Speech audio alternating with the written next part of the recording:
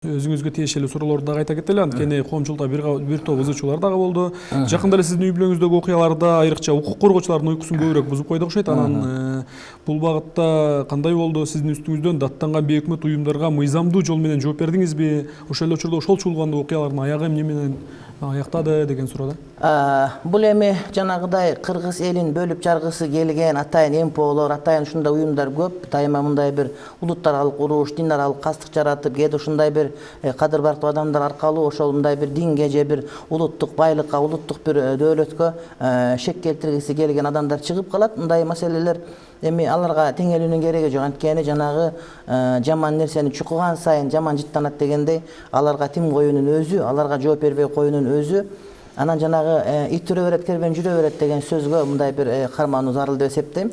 Чындыгында мына ошол бетин түзүтүп жууя албаган, таарат намаз эмне экенин билбеген, ошол жанагыдай батыштын тыйынын алып ошол аркылуу мындай курсагын баккан, мындай бир кара жанын баккан пенделер, пендеси малдар көрпенделер, ар кандай бир ызычууларды чыгарып айтпаган сөздү айтты деп менин жеке үй бүлөмө, менин бала чакам туурасындагы туура эмес маалыматтар жайылтышты. Анан кайра ошолор аларды биз айткан эмеспиз деп, бизден чыккан жок деп танып дагы беришти. Ошондуктан алардын бардыгын биз Кудайга койдук. Анткени кыңырыш кырчылдан кийин билинет. Эгерде кимдир бирөө башка бирөөнү курулай доомат кылса, ошол доомат менен дооматталмайынча ал адам өлбөйт деген пайгамбардын осуяты бар. Ошондуктан биз андай нерсеге көнүп калганбыз. Анткени элдин көзүндө жүргөн мындай бир кайсы бир деңгээлде адамдардын арасында кадыр баркка ээ болгон мындай бир адамдарга ошондой сөз жабыша берет экен. Ошондуктан ошол нерсеге маани бербестен уланта бериш керек деп мен пикир айтат элем.